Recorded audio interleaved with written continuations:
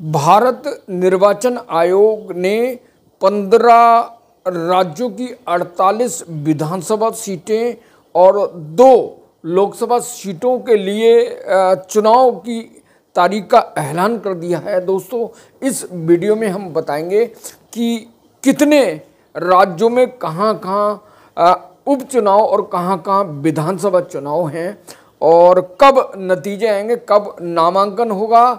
तो अंत तक हमारे साथ जुड़े रहिए। चुनाव कार्यक्रम बहुत ही महत्वपूर्ण है उन राजनेताओं के लिए जो अपना राजनीतिक भविष्य तलाशने के लिए पार्टियों से जुड़े हुए हैं और विधायक सांसद बनना चाहते हैं। तो मेरे साथ अंत तक जुड़े रहिए। दोस्तों, कार्यक्रम को विस्तार से बताते हैं। मैं एसवी सागर TVN 20 न्यूज़ से गुजारिश है कि चैनल को सब्सक्राइब, वीडियो को लाइक कर दें, अंत तक मेरे साथ बने रहें। दोस्तों, सभी राज्यों में 20 नवंबर को मतदान, अलग अलग राज्यों में अलग अलग तिथि हैं दोस्तों, लेकिन जो नतीजे आने हैं वो 23 नवंबर को आने हैं। वायनाड वही सीट है जहां पर राहुल गांधी लोकसभा चुनाव में 2 जीते थे और वहां पर उनके रिक्त होने के कारण उनके रिजाइन के बाद 13 नवंबर को मतदान और 23 नवंबर को नतीजे, जो 15 राज्यों के दोस्तों। चुनाव आयोग के अनुसार 13 नवंबर को 47 विधानसभा और 1 लोकसभा सीट पर उपचुनाव होंगे। ये चुनाव आयोग ने कहा है अपनी PC में प्रेस कॉन्फ्रेंस। जबकि 20 नवंबर को 1 लोकसभा और 1 विधानसभा चुनाव होंगे, उपचुनाव। राहुल गांधी वायनाड और रायबरेली UP से जीते थे। वहां पर वायनाड से इस्तीफे के बाद वो जगह खाली हो गई और सूत्र ये बताते हैं दोस्तों कि वहां से प्रियंका गांधी वाड्रा चुनाव लड़ सकती हैं। अभी अधिकृत सूचना नहीं। वायनाड के इस्तीफे पर मैंने बताया कि जगह खाली हुई, प्रियंका की वहां से चुनाव लड़ने की संभावनाएं हैं। राजस्थान के दौसा, देवली, उनियारा, झुंझुनू, खींचसर, 84, सालुनबर, रायगढ़ सीट पर 13 नवंबर को मतदान और नतीजे 23 नवंबर, यानी कि 15 राज्यों का जो काउंटडाउन है, जो आखिरी काउंटडाउन होगा, जो जीत का परचम लहराने वाली पार्टी होंगी, वो 23 नवंबर का आखिरी दिन उनके भविष्य का होगा। महाराष्ट्र और झारखंड के विधानसभा चुनाव की बात करें और इसके साथ अन्य राज्यों के चुनाव की बात करें तो 48 विधानसभा और 2 लोकसभा सीट पर 13 नवंबर को 48 विधानसभा सीट पर उपचुनाव होंगे। 20 नवंबर को नतीजे,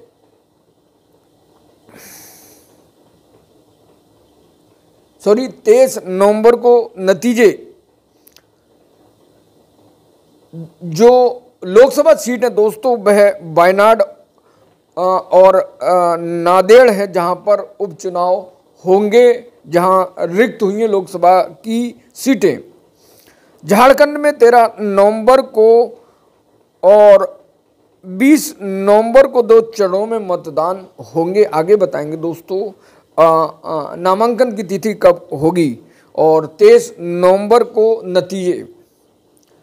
महाराष्ट्र में एक ही चरण में मतदान होना है, ये चुनाव आयोग की घोषणा है दोस्तों। 20 नवंबर को मतदान और 23 को नतीजे, 23 नवंबर को। UP महत्वपूर्ण है। लोकसभा चुनाव के बाद UP से भाजपा को बहुत बड़ा नुकसान और डैमेज कंट्रोल के लिए CM योगी आदित्यनाथ और भाजपा उत्तर प्रदेश संगठन बड़े स्तर पर लगा है और उनके तर्ज पर, उनके टक्कर पर अखिलेश यादव दांव पर लगे हैं और वहाँ पर 9 सीटों पर उपचुनाव होना है, एक को होल्ड कर दिया है और वह सीट पर जो अयोध्या की सीट है मिल्कीपुर उस पर होल्ड कर दिया है और उसकी चुनाव की घोषणा आगे से कब होंगी चुनाव आयोग के अनुसार। तो यूपी की 9 सीटों पर जो योगी आदित्यनाथ अखिलेश यादव के बीच में घमासान चल रहा था दोस्तों, और ये सिर्फ लोक उपचुनाव के लिए है, विधानसभा के चुनाव के लिए, क्योंकि जो सुल्तानपुर में जो डकैती हुई और कई जगह समाजवादी नेताओं ने यूपी के रेप में फंसे थे और उस पर योगी आदित्यनाथ हमलावर हुए और यहाँ तक कि सीएम योगी आदित्यनाथ को माफिया मठाधीश कह गए। योगी आदित्यनाथ और योगी ने बदले में अखिलेश यादव को दोस्तों लगातार कहा कि बुलडोजर चलाना हर किसी के बस की बात नहीं। अब भी घमासान जारी है दोनों पार्टियों के बीच। अभी जल्दी का एक मैटर है, जेपी सेंटर जाना चाहते थे अखिलेश यादव, उनकी श्रद्धा सुमन अर्पण करने के लिए सरकार और प्रशासन ने उन्हें रोक लगा दी। 2 बार कोशिश की दोस्तों, बाद में उन्होंने अपने घर पर ही जेपी नारायण की जयंती को श्रद्धा सुमन और नमन किया दोस्तों। और यहाँ की जो सीट हैं वह गाजियाबाद, खैर, कटहेरी, सीसामाऊ, कुंदरकी, कटहल और फूलपुर मझगवां पर 13 नवंबर दोस्तों यूपी की 9 सीटों पर 13 नवंबर को मतदान होना, उपचुनाव होना है और 23 नवंबर को नतीजे आना है दोस्तों। ये यहाँ पर समाजवादी पार्टी ने 6 प्रत्याशियों की घोषणा कर दी है और भारतीय जनता पार्टी ने भी पूरी तैयारी कर रखी है। और भारतीय जनता पार्टी की जो रणनीति है वो यादव मुसलमान मौर्य समीकरण के आधार पर प्रत्याशी को उतारेगी, क्योंकि अखिलेश यादव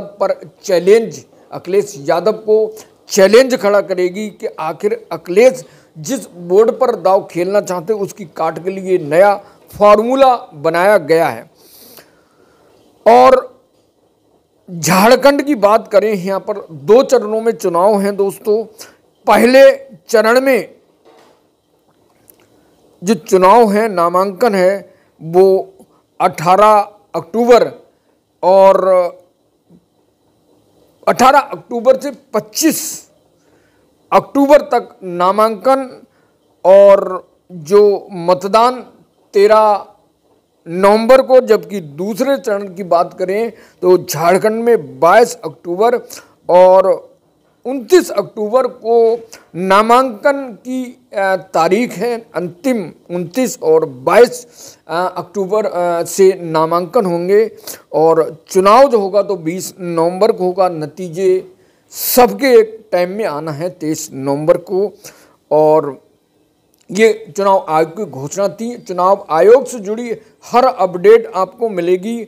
और यूपी में भारतीय जनता पार्टी किन प्रत्याशियों को 10 उपचुनाव पर किस प्रत्याशी को उतारने जा रही है और अखिलेश यादव ने 6 कौन से प्रत्याशी मैदान में उतारे हैं, बसपा और अन्य पार्टी कौन कौन से प्रत्याशी उतारने जाने, आगे वीडियो में देखिए। और यूपी में भारतीय जनता पार्टी दमखम के साथ लड़ रही है, लेकिन उनके जो लेफ्ट हैं, जो अलायंस के जो एनडी के अलायंस के गठबंधन के साथी हैं, निषाद पार्टी, अनुप्रिया पटेल, जयंत चौधरी, और ये जो हैं ये लगातार भाजपा के लिए चुनौती खड़ी कर रहे हैं। निषाद पार्टी ने सीटें मांगी हैं। अब भारतीय जनता पार्टी का उसको कॉम्बिनेशन होना है, देखना है कि निषाद पार्टी अपने बीजेपी के साथ कितनी सीटों का गठबंधन होता है। और आरपीआई भी सीट मांग रही है। नदीम इकबाल जो प्रदेश प्रभारी इस बारे में कहा है, लेकिन भारतीय जनता पार्टी ने अभी पत्ते नहीं खोले। तो जो निषाद पार्टी है, अनुप्रिया पटेल की पार्टी है, ओम प्रकाश राजभर की पार्टी है, जयंत चौधरी की पार्टी, उपचुनाव में भारतीय जनता पार्टी सीट देगी या नहीं देगी। मेरे साथ जुड़े रहिए, अगले अपडेट में मैं आपको ज़रूर बताऊंगा। तो यूपी जो 15 राज्य के चुनाव हैं, ओयूपी के उपचुनाव हैं, हर अपडेट आपको मिलेगी। मेरे साथ बने रहिए। योगी आदित्यनाथ दमखम के साथ लगे हुए हैं, लड़ने के लिए पूरी दमखम के साथ दोस्तों। और बहराइच में दंगा हुआ है। अखिलेश यादव और विपक्ष योगी पर निशाना बांध रहा है और यूट्यूब बहुत सारे ऐसे चैनल हैं वो लगातार सीएम योगी आदित्यनाथ पर सवाल खड़े कर रहे हैं, सरकार पर सवाल खड़े कर रहे हैं कि आखिर ये जो दंगा हुआ है बहराइच में, जो राम गोपाल मिश्रा ने छत पे चढ़कर एक जो हरा झंडा था उसको उखेड़कर भगवा झंडा लगा दिया था, तो क्या पुलिस सो रही थी? ऐसे सवाल खड़े किए और ये सवाल का जवाब सत्ता को देना चाहिए, पुलिस को देना चाहिए। जब आपका पूरा प्लान था, जब माँ दुर्गा की वहाँ पर यात्रा निकल रही थी, तो उस दौरान दोस्तों क्या तैयारी थी? अगर तैयारी ठीक होती तो इस तरह की घटना नहीं होती। पुलिस की नाकामी और कमजोरी इंटेलिजेंस फेल बता रही है, मीडिया बहुत सारे यूट्यूबर बता रहे हैं। इसके साथ साथ जो बहुत पूर्व में जो भोले बाबा का सत्संग हुआ हाथरस में, वहाँ भी बहुत बड़ा हादसा हुआ, 121 लोग मारे गए। दोस्तों ये पुलिस की नाकामी है और ये नाकामी को जो प्रशासन है, जो सरकार है, वो छुपाती है और इसी कारण अपने अधिकारी को बचाने के लिए लगातार जनता उससे रोष हो रही है। और दूसरी बहुत बड़ी जो कमी है वो उत्तर प्रदेश और राज्य की जो बहुत सारी खबरें होती हैं, जो जनता की खुद की होती हैं, वो जानबूझकर ये गोदी मीडिया जो नाम दिया है वो छुपाती हैं और सरकार के कहने पर सरकार के अफसरों की वाह करती हैं। जबकि इस गोदी मीडिया का काम है दोस्तों कि जनता की आवाज़ को उठाना। बहराइच दंगा हुआ, यस अंताब यश को भेजा गया, वो पिस्टन दिखाते हुए दौड़ रहे थे कि दंगई भाग गए, डर गए। और असली न्यूज ये थी कि आखिर कितने घरों को जलाया, कितनी एजेंसी, कितनी दुकानों को जलाया गया, कितना नुकसान हुआ। आखिर जो दोषी है, जो राम गोपाल मिश्रा हिंदू, इसलिए योगी सरकार उनको लगातार बचाने की कोशिश कर रही है। और जो 10 लाख रुपए उनके स्थानीय विधायक ने देने की घोषणा की, नौकरी देने की और आयुष्मान कार्ड देने की, फिलहाल चुनाव की घोषणा हो गई। तो चुनाव अगर देश में, यूपी में या कहीं होते हैं तो ये मान लिया जाए कि दंगा होने की संभावना बढ़ती है। और इसी तरह महाराष्ट्र में एनसीपी के जो नेता भूपेंद्र कुर्मी और बाबा सिद्दीकी की हत्या हो गई। तो ये एक कनेक्शन है कि जब भी चुनाव होते हैं तो हत्याएं क्यों होती हैं। आपको इस सवाल का जवाब दें कमेंट में कि आखिर जब चुनाव होते तो हत्याएं क्यों, दंगा और बहुत सारे ब्लास्ट क्यों होते हैं।